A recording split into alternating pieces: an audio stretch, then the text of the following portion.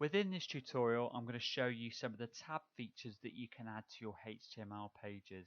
Remember, it is a HTML page, not a template that we are applying this to.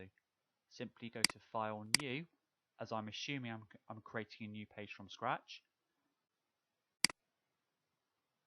Make sure I save it first before I do anything to the page. I'm going to call it a tab example in my instance inside my HTML folder. Give it a title. At the top, title here, so in this case I might do information age, and this is where I'm going to insert my tab. So all I'm going to do is insert Spry tab panels, and you'll notice now that when I go to look at it, I have some tab examples that I can add text to. To do that, all you need to do is make sure when you click on the tab you should see an eye, or hover over, click on the eye, and you can simply change content 1 to information that you want to add to the tab.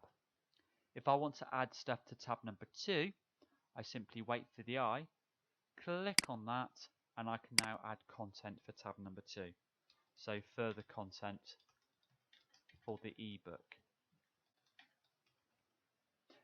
If I want to add some more tabs in, all I need to do is click on the outside of the shape, and you will notice that I can add some new panels there if I want to. So let's say tab 3 and tab 4. Okay. If I want to add information to content 3, click on the eye, and if I want to see tab number 4, I click there. So if I go to live view now and have a look at that, you will notice that I can add information to the tabs there, which is a nice feature to add to your book. It also could potentially help you work towards Markband 3. Now, there are other tab examples that you can use, and if you go to Insert, Spry, you got an accordion, which looks like so. So when I click on Label 2, it comes up there. So you've got another feature that you can apply to that there. There's other ones that I can apply as well.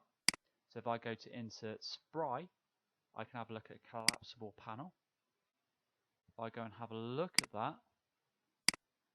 you'll notice that when I click on that, that it actually disappears. So if you want to have help button, for example, on your page, giving people information about what they need to do, you can apply it there if you want to. And finally, you've also got a tooltip as well. Now, you can add some information here, which is a trigger. So I may say, hover here for more information. And I may put down inside the tooltip, example of a similar feature to an alt tag.